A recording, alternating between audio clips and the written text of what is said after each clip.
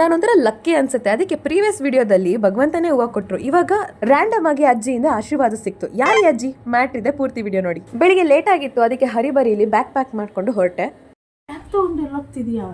ಎಲ್ಲಿಗೆ ಅಂತ ಹೇಳೇ ಅಲ್ಲ. ಒಂದ್ ಆಡ್ ಶೂಟ್ ಇತ್ತು, 7 ಗಂಟೆಗೆ ಬರಕ್ ಹೇಳಿದ್ರು. ನೋಡಿದ್ರೆ ಇಲ್ಲೇ 7:15 ಆಗೋಗಿತ್ತು. ರೋಡ್ ಬೇರೆ ಖಾಲಿ ಇತ್ತು, ಚಚ್ಕೊಂಡ್ ಹೊಂಟೋದೆ. ರೀಚ್ ಆಗೋಷ್ಟ್ರಲ್ಲಿ 7:45 ಆಗೋಗಿತ್ತು. ಆದ್ರೆ ಅವರೇ ಎಲ್ಲ ಹೋಗಿದ್ರು. ಮೇಡಮ್ ವೇಟ್ ಮಾಡ್ತೀರಿ, ಬರ್ತೀನಿ ಅಂತ ಹೇಳಿದ್ರು. ಆ ಗ್ಯಾಪ್ ಅಲ್ಲಿ ಒಂದ್ ಅಜ್ಜಿ ಹೂವ ಮಾರ್ಕೊಂಡ್ ಬಂದ್ರು. ಹೂವ ಬೇಡ ಅಜ್ಜಿ ಅಂದೆ. ಅದಕ್ಕೆ ಅವರು ಇಲ್ಲವ ತಗೋ, ನನಗೆ ನಾಷ್ಟಕ್ಕೆ ದುಡ್ಡಿಲ್ಲ, ಬೇಕಾಗುತ್ತೆ ಅಂದ್ರು.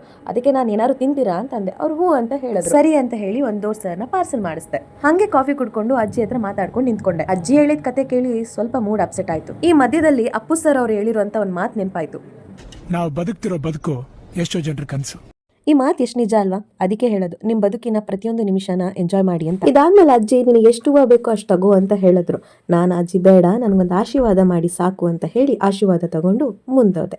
ನಂಗೆ ಇದ್ರಲ್ಲಿ ಖುಷಿಯಾಗಿದ್ದೇನೆಂದ್ರೆ, ಅಜ್ಜಿ ಇಷ್ಟು ವಯಸ್ಸಾದ್ರೂ ಯಾರ ಮೇಲೂ ಡಿಪೆಂಡ್ ಆಗದಿರೋ ಹೂವು ಮಾರ್ಕೊಂಡು ಜೀವನ ಮಾಡ್ತಿದಾರಲ್ಲ, that is actually great. So ಇದ್ರ ಬಗ್ಗೆನೇ ಯೋಚನೆ ಮಾಡ್ತಾ ಕುತ್ಕೊಂಡಿದ್ದೆ. ಅಷ್ಟರಲ್ಲಿ ಲಾರೆನ್ಸ್ ಅವರು ಬಂದ್ರು. ನಂದೇನ್ ಶೂಟ್ ಇತ್ತು ಅದನ್ನೆಲ್ಲ ಬೇಗ ಬೇಗ ಮುಗಿಸ್ಕೊಂಡು ಹಂಗೆ ನನ್ಗೆ ಆಫೀಸಿಗೆ ಟೈಮ್ ಆಗಿತ್ತು, ಅಲ್ಲಿಂದ ಹೊರಟೆ. ಸೊ ಇದಾಗಿತ್ತು ನನ್ನ ಇವತ್ತಿನ ವ್ಲಾಗ್. ಮತ್ತೆ ಬೇರೆ ಒಂದು ವ್ಲಾಗ್ ಅಲ್ಲಿ ಸಿಗ್ತೀನಿ. ಅಲ್ಲಿವರೆಗೂ ಟೇಕ್ ಕೇರ್, ಬಾಯ್.